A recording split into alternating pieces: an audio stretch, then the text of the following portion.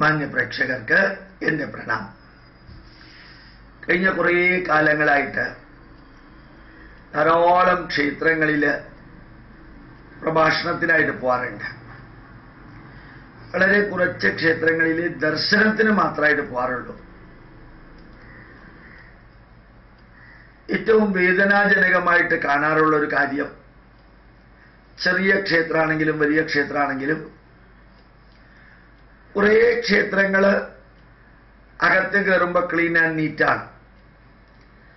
എങ്കിലും ക്ഷേത്രങ്ങളുടെ ഓരോ മുക്കിലും മൂലയിലും, ക്ഷേത്രങ്ങളുടെ പുറത്തും മതിൽക്കെട്ടിൻ്റെ ഉള്ളിലും ധാരാളം കെട്ടിടങ്ങളുടെ പുറകിലും സൈഡിലും ക്ഷേത്ര ദർശനത്തിന് വരുന്നവർക്ക് എളുപ്പത്തിൽ കാണാൻ സാധിക്കാത്ത മൂലകളിലും എല്ലാം അസാധാരണമാം വിധത്തില് വൃത്തിഹീനമായിട്ടുള്ള വസ്തുക്കളും അന്തരീക്ഷങ്ങളും ചുറ്റുപാടുകളുമാണ് ഈ 21ാം നൂറ്റാണ്ടിലുമുള്ളത്. രാഷ്ട്രത്തെ മുഴുവനും ശുദ്ധീകരിക്കാൻ വേണ്ടി പ്രതിജ്ഞയെടുത്ത ശരിക്ക് സ്വച്ഛ ഭാരതം, ഒരു നല്ല ഹിന്ദുവായ, ഹിന്ദുത്വത്തിന്റെ പ്രതീകമായ RSSന്റെ പ്രചാരകനും സന്യാസിയുമായിട്ടുള്ള നരേന്ദ്രമോദി ഈ ഭാരതത്തിലെ ടോയ്ലറ്റ് മുതൽക്ക്, റോഡ് മുതൽക്ക്, കൊട്ടാരം മുതൽക്ക്, ഹോട്ടൽ മുതൽക്ക്, നിയമസഭാ കോംപ്ലക്സ് മുതൽക്ക് എല്ലാം വൃത്തിയാക്കാൻ ശുചിത്വ മിഷൻ നടപ്പിലാക്കുമ്പോൾ ഏറ്റവും ശുചിയായ അന്തരീക്ഷം എവിടെയാണോ വേണ്ടത്, ആ ശുദ്ധതയുടെ പര്യായമായ ക്ഷേത്രങ്ങള്, അത് മാസത്തിൽ 1-2 വ്യക്തികളെ കൂലിക്ക് നിർത്തി വൃത്തിയാക്കാവുന്നതേ ഉള്ളൂ എന്നുള്ളത് പോലും വൃത്തിയാക്കാതെ വൃത്തികേടിന്റെ പരമകാഷ്ഠയിൽ നിലനിർത്താം. അതിന്റെ കൂട്ടത്തിൽ അമ്പലത്തിനകത്തേക്ക് രാഷ്ട്രീയവും കയറ്റാം. അതിന്റെ കൂട്ടത്തിൽ വലിയ വിദ്യാഭ്യാസമില്ലാത്ത പൂജാരിമാരും തന്ത്രിമാരും ആ അന്തരീക്ഷത്തെ ശുദ്ധമായിട്ട് നിലനിർത്തണമെന്ന നിർദ്ദേശം കൊടുക്കാതിരിക്കാം. ലക്ഷങ്ങളും കോടികളും മുടക്കി നവീകരണ കലശവും ശുദ്ധി കലശവും നടത്തുക, അതുപോലെ റിനോവേഷൻ നടത്തുന്ന എല്ലാം ചെയ്യുമ്പോഴും ക്ഷേത്രത്തിനകത്തെ ചുറ്റുപാടുകളിലുള്ള വൃത്തികേടുകള് ഒന്ന് ശ്രദ്ധിച്ചാൽ മനസ്സിലാക്കാം. മറ്റു മതങ്ങളുടെ ദേവാലയങ്ങളുടെ ക്ലീൻലിനെസ്സും നീറ്റ്നെസ്സും അതിൻ്റെ ആ ദൃശ്യത്തിന്റെ മഹത്വം നമ്മുടെ ക്ഷേത്രങ്ങളിലേക്ക് കൊണ്ടുവരാൻ ഒരു ബുദ്ധിമുട്ടും ഇല്ല. ഇന്ന് ധാരാളം ക്ഷേത്രങ്ങളിൽ ഗ്യാസാണ് ഉപയോഗിക്കുന്നത്. വിറകും ചിരട്ടയും പുതിമടലൊക്കെ ഉപയോഗിക്കുന്ന കാലം പോയി.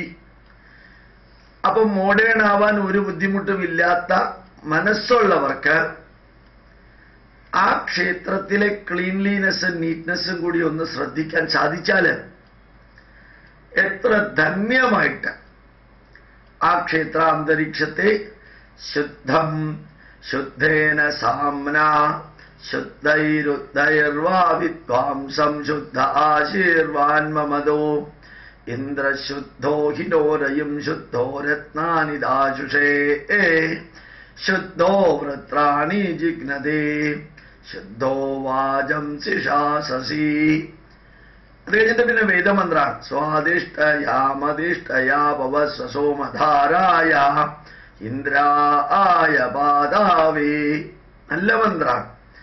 ആ ശുദ്ധത്തിന്റെ പ്രാധാന്യം, വൃത്തിയുടെ പ്രാധാന്യം, ക്ലീൻലിനെസിന്റെയും നീറ്റ്നെസിന്റെയും പ്രാധാന്യം എത്ര ഭംഗിയായിട്ട് വേദങ്ങളും ഉപനിഷത്തുക്കളും നമ്മളെ ഉപദേശിക്കുമ്പോൾ അതിൻ്റെ പ്രായോഗിക തലത്തിലെ സിമ്പിളാവേണ്ടതായ ക്ഷേത്രങ്ങള് അത് ഒരു തരത്തില് ശുദ്ധിയില്ലാതെ വളരെ മോശമായിട്ടുള്ള രീതിയിൽ പോകുന്നു. ഭാഗവത സപ്താഹങ്ങളും പ്രതിഷ്ഠാദിനവും ഉത്സവവും നടക്കുന്ന വേളയില് ആയിരക്കണക്കിന് വ്യക്തികൾ ഭക്ഷണം കഴിക്കാൻ വരുന്ന ടെമ്പററി ഷെഡുകളിലെ അടുക്കളയും അടുക്കളയ്ക്ക് സമീപവും ചെന്നാല് അവിടെ നിന്ന് ഭക്ഷണം കഴിച്ചാൽ രോഗം വരുമെന്നുള്ളത് ഉറപ്പാണ്. അത്രയും വൃത്തികെട്ട അന്തരീക്ഷം. ഫുഡ് ആൻഡ് സേഫ്റ്റി വകുപ്പ് കേരള ഗവൺമെന്റ് നിരന്തരം വാച്ച് ചെയ്യുമെന്നും എന്തെങ്കിലും കുറവുണ്ടെങ്കിൽ 10,000 രൂപ കെട്ടിവെച്ച് ശിക്ഷ ഫൈൻ ഇടിക്കുമെന്നും പറഞ്ഞതുപോലും അവരും കാറ്റിൽ പറത്തുന്നു, അമ്പലാധികാരികളും കാറ്റിൽ പറത്തുന്നു. വൃത്തിയായിട്ട് ഭക്ഷണം കൊടുക്കാൻ സാധിക്കാത്തവർ ഭക്ഷണം കൊടുക്കാനേ ഇറങ്ങി പുറപ്പെടേണ്ട.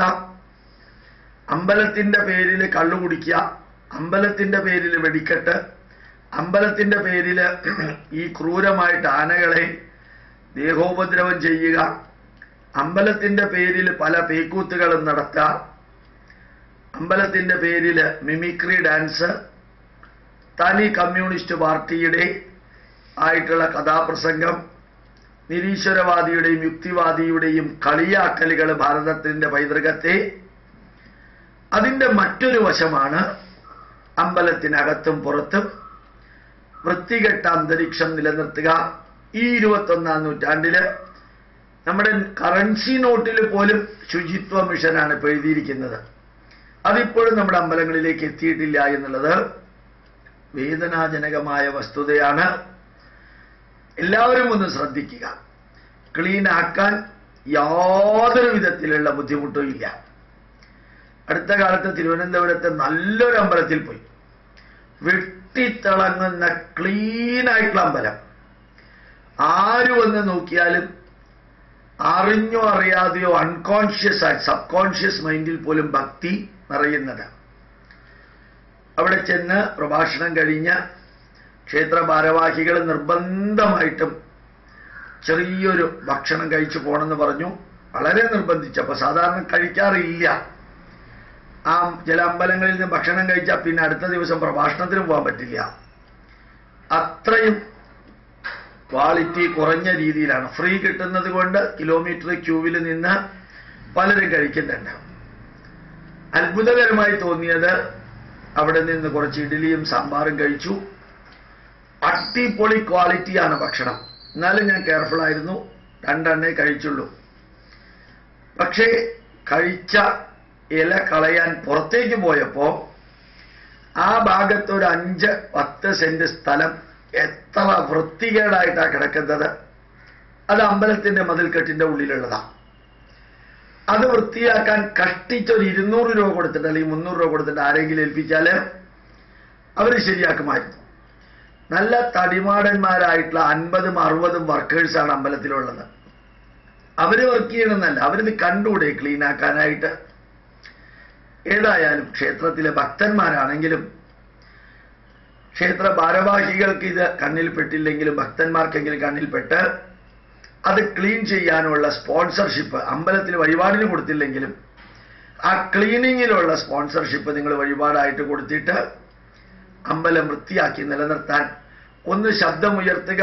പ്രതിഷേധത്തിന്റെ ശബ്ദമല്ല, നന്മയുടെ അഭിപ്രായത്തിന്റെയും നല്ല രീതിയിൽ നിലനിർത്തേണ്ടതിൻ്റെയും ശബ്ദമുയർത്തിയിട്ട് നമുക്ക് നമ്മുടെ ക്ഷേത്രത്തെ ഉടനെ തന്നെ സ്വച്ഛ ഭാരതത്തിന്റെ ഭാഗമാക്കി തീർക്കാൻ സാധിക്കട്ടെ. പ്രണാമം, നമസ്കാരം.